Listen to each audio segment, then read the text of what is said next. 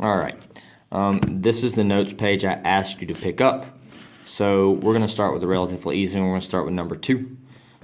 First rule is always to factor. We've tried to factor it, and, well, it's just factored as much as it goes. Nothing cancels. So what we're going to look for is VA, HA, SA, and whole.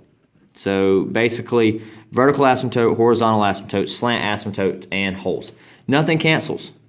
So that means there's not any holes. There's not a hole that we can find in this problem. Take denominator.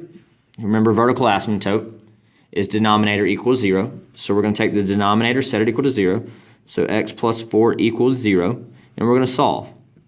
X equals negative 4. So that is my vertical asymptote. Remember, horizontal is the one with all the different rules. Hopefully you have your notes out looking through this. Look at your degrees. The degree of the top is 1. The degree of the bottom is 1. So the degrees are the same. So that means we need to divide the leading coefficients. So y equals, leading coefficient of the top is 1.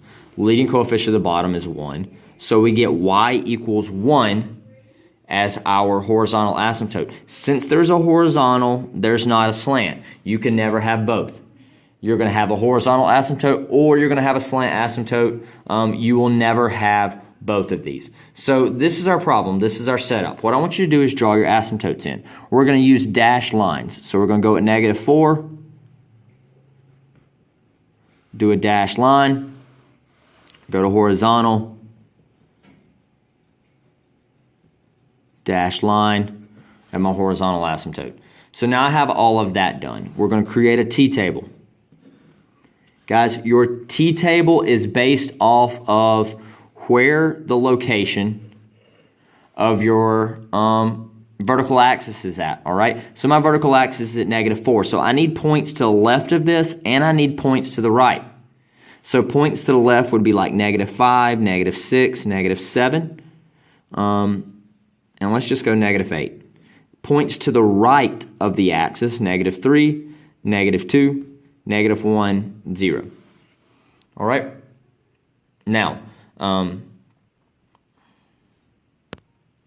what I'm going to need you to do is grab a graphing calculator. You're going to turn it on and go to the y equals screen. So hit y equals right here. Now, type in your equation. So we have x plus 3 divided by x plus 4.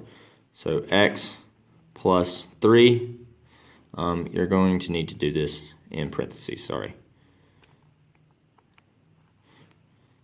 X plus 3 divided by x plus 4. All right, so we have that in our y equals menu. You can hit graph real quick, and it will show you a sketch of what our graph is supposed to look like. You cannot use this graph to draw your graph. All you can do is to say, hey, yeah, that's what my graph looks like. Or no, my graph doesn't look like that. Now go over here to your table, so second table. You see negative 4 says error. Well, that should be an error. That is where our vertical asymptote is located. Now that you have these values in there, all I want you to do is take these values and put them in your table. So negative 5 is at 2. Negative 6 is at 1.5. Negative 7 is at 1.3. And negative 8 is at 1.25. And then negative 3 is at 0. Then 1/2, 0.7, 0.75. All right, so we've created our table. Now we need to draw our graph. So negative 5 is at positive 2. Negative 6 is at 1.5. And then you can just see it gets a lot closer. So what this thing's doing, it's coming in here, it's hugging the asymptote, curling, and going right up next to the asymptote. That's what most of these problems are going to do. Over here we have negative 3, 0, negative 2.5, negative 1.7, 0.75. So it's coming up and curling, going around. And basically that's what our asymptotes tell us. Hey, where is this graph going to get close to or approach and never quite touch? So it's approaching negative 4 and it's not going to touch it. It's approaching 1 and it's not going to touch it. Approaches 1, approaches negative 4. All right? So that's what it looks like whenever we're doing a problem like that. Let's skip over, let's do a problem that it's actually going to end up having a slant asymptote. So let's look at problem number 4. I'm actually going to get you to change it. I think I'm going to already have it changed on your page, but I'm going to change this around to be x plus 4. Okay? So, rule 1 in doing these. Factor. Factor the top, x plus 3 divided by, or x plus 3, x minus 1, x plus 4 is on the bottom. Nothing cancels. All right? Absolutely nothing cancels. So, VA, HA, SA, whole. Since nothing cancels, there's no whole. VA, denominator equals 0. So x plus 4 equals 0. Solve it, you get x equals negative 4. HA, look at your degree. Go back to your regular function. Your degree on the top is 2. The degree on the bottom is 1.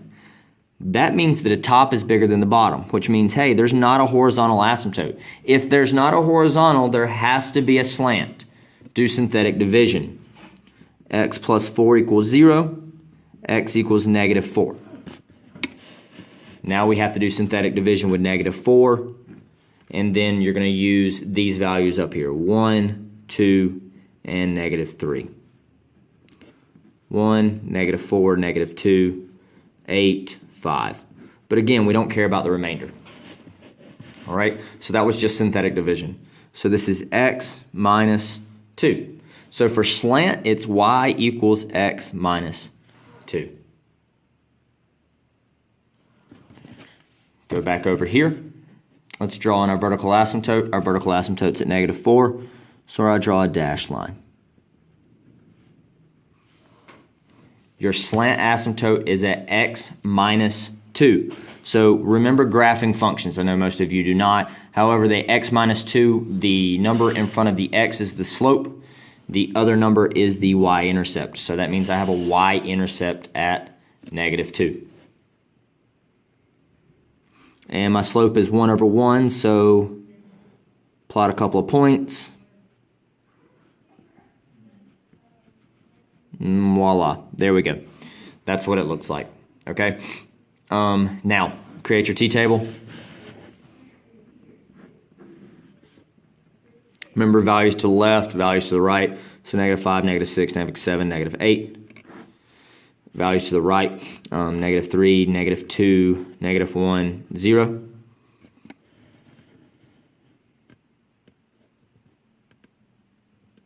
Okay. And go into your calculator. Y equals, type in the function. So x squared plus 2x minus 3 divided by x plus 4. Graph.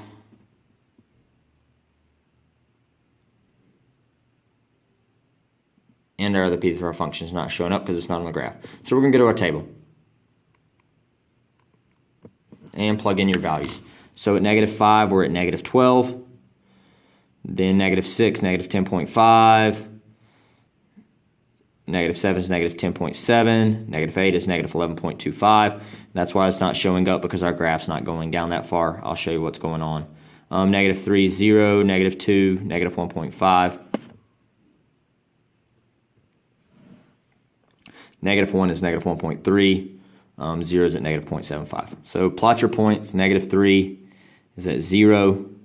Negative 2, negative 1.5. Negative 1, negative 1.3. 0 is at negative 0.75. So look, two things are going to happen here. Either it's going to go way out here and kind of go like this, or it's going to come inside these V's and make a nice little U-shape type deal. And that's what that one's doing. So that does that. All right. Now, the other V's down here at the bottom. If I would extend my graph out a little ways, you can see what's actually going to go on. So negative 5, negative 12. So that's at negative 8 right there. So we'll say 9, 10, 11, 12. So let's say there's a point there. Negative 6 is at negative 10.5, so somewhere around in here. Negative 7 is at negative 10.7, so again, almost the same exact point. -8 to the -11.25, so the thing has turned and started going back south again over here. So we know it's coming up and curling around and doing something like that. Okay, so that's what a slant asymptote problem is going to end up looking like. I'm not going to do any more problems on this video. I'm actually going to record another video for you to do a couple more practice problems on. So if you need any more help, watch the other video. The other video is going to show you an example of a hole in the graph, and then what happens whenever we have two different regions or two different vertical asymptotes.